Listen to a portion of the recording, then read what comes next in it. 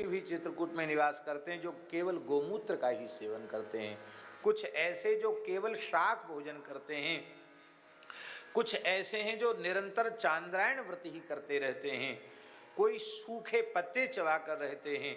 इस प्रकार से विविधानि च कृच्छ्राणि कुर्वन्ति हरि काम्यया। इतने कठोर तप क्यों करते हैं? कुर्वन्ति हरि काम्यया, केवल भगवत प्राप्ति का संकल्प लेकर के भी भजन करते हैं। और आज भी चित्रकूट में ऐसे लोग हैं। एक छोटी सी बात आपको बताएं, श्री मनमोहन शरण जी जानते होंगे, एक अपने मलुक पीठ के एक संत रहते थे टाटी घाट में, रामकृष्ण दास जी। और अच्छी ईमानदारी से भजन कर रहे थे वो गौ सेवा में लगे तो गौ सेवा भी ठीक से किया उन्होंने। एक दो गैया रखे, कोई संत भजन करने वाले उनको दूध देते, गैया की सेवा, खुद दूध नहीं पीते, संत को दूध देते, गैया की सेवा करते।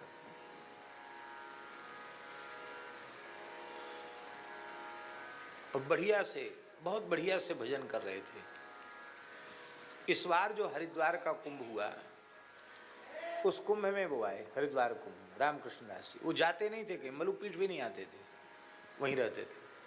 हरिद्वार कुंभ में आए तो वहाँ खालसे में सब संतों ने हमसे कहा कि ये रामकृष्ण दास जी कुछ खाते पीते नहीं, कुछ नहीं खा रहे हैं, शरीर इनका कमज़ोर हो रहा है, आप कहेंगे तो शायद कुछ खाएंगे। तो मैंने उनको एकांत में बुलाया, तो भाई क्या बात है, आपने आहार छोड़ रखा है?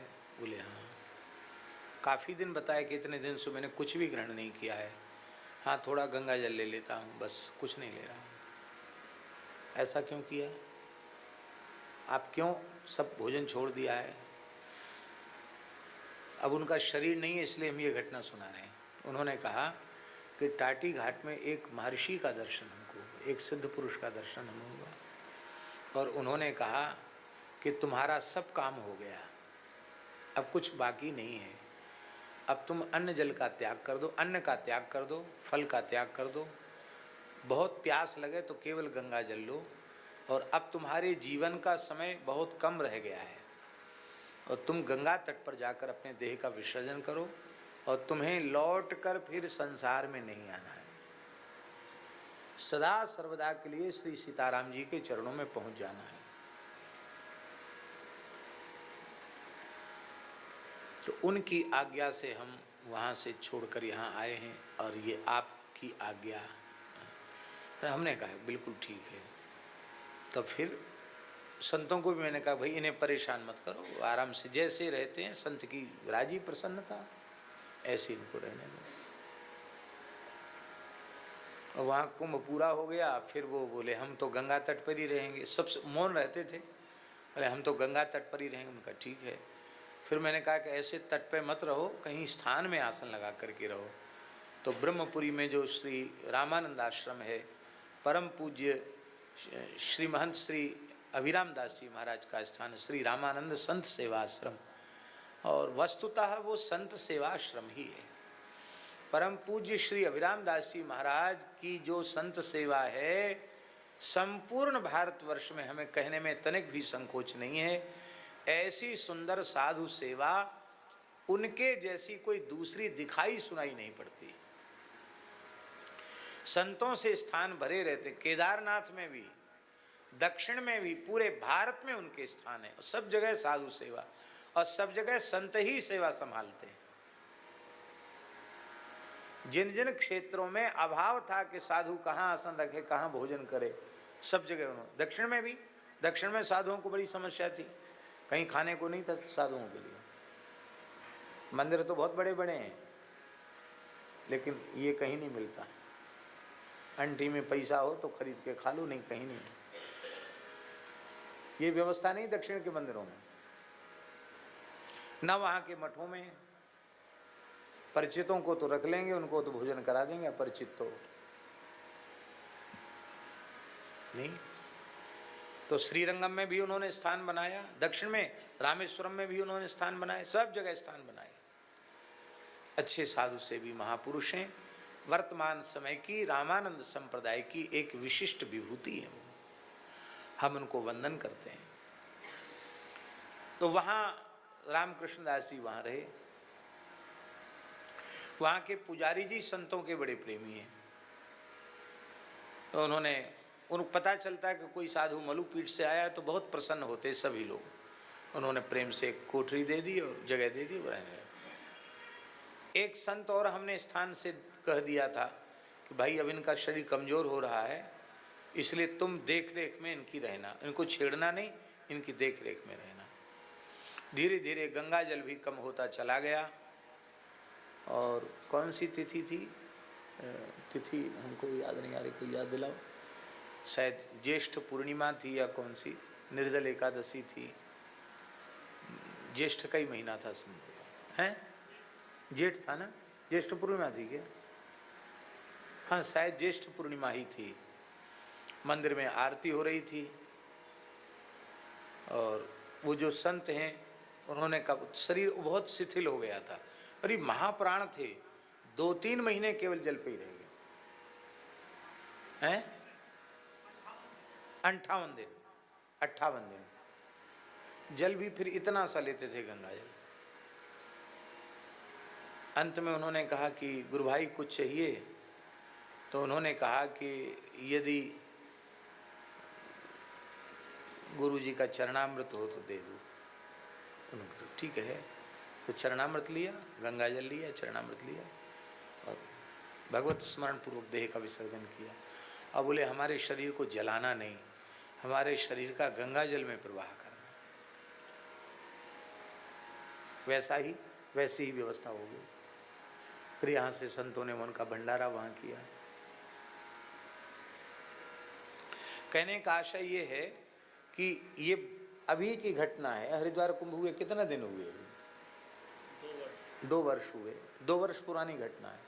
हम इसलिए कह रहे हैं कि आज भी चित्रकूट धाम में ऋषि मुनि महात्मा विराजते हैं और साधकों का मार्गदर्शन करते हैं।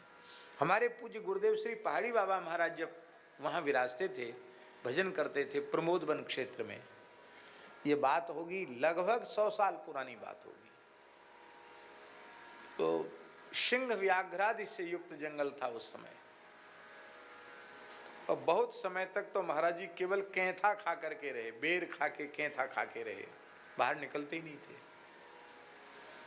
और बहुत बढ़िया साधन चल रहा था। महाराज जी सुनाते थे, यहाँ खाक चौक छोड़ के चले गए थे, उनके गुरु भाई यहाँ संभालते थे। यहाँ कुछ समस्या आ गई थी, समस्या इसलिए महाराज जी चले गए।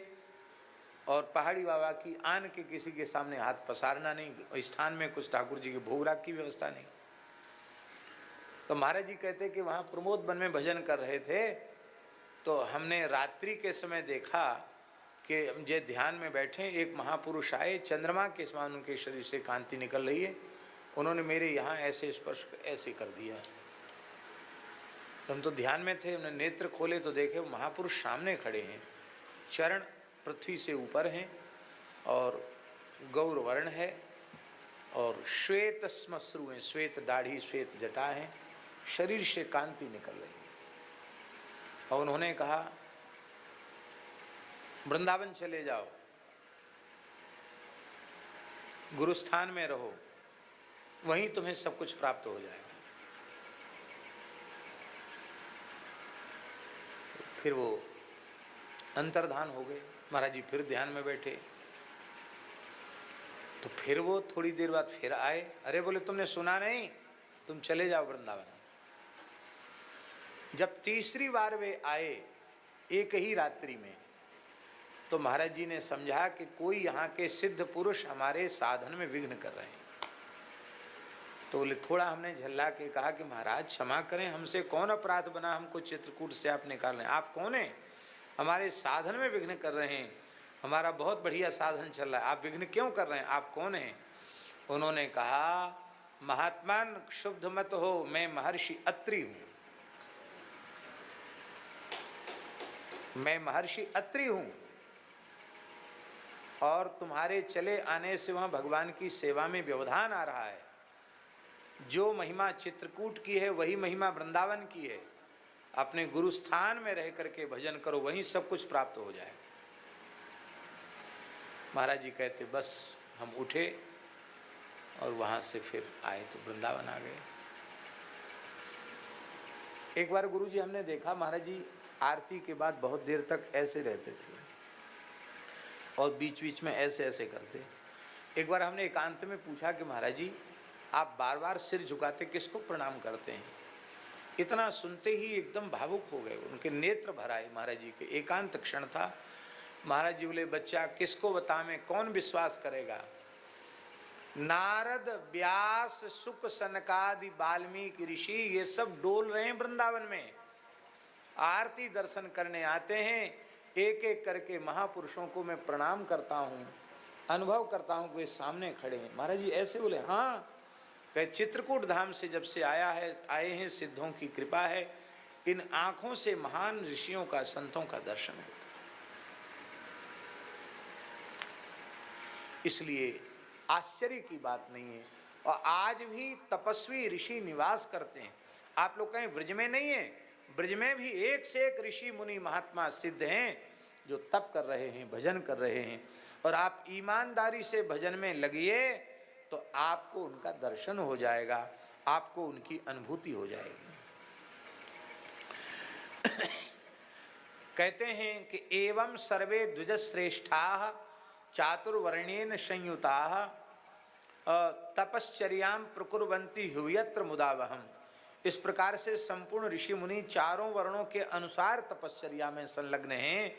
यह तपस्या उभयत्र सुख मुदावहम्, माने इस लोक में परलोक में दोनों में आह्लाद देने वाली, आनंद देने वाली है। यहाँ ऋषि महर्षि निरंतर यज्ञ करते हैं, बड़े सुंदर सुंदर यहाँ झरने हैं।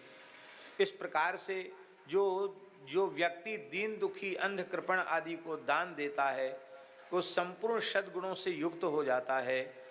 हे द्विज सत्तम स्वधाकार वसटकार स्वाहाकार नमस्कार यज्ञ पूजा शास्त्र अध्ययन आदि शुभ कर्म ये निरंतर चित्रकूट क्षेत्र में होते रहते हैं।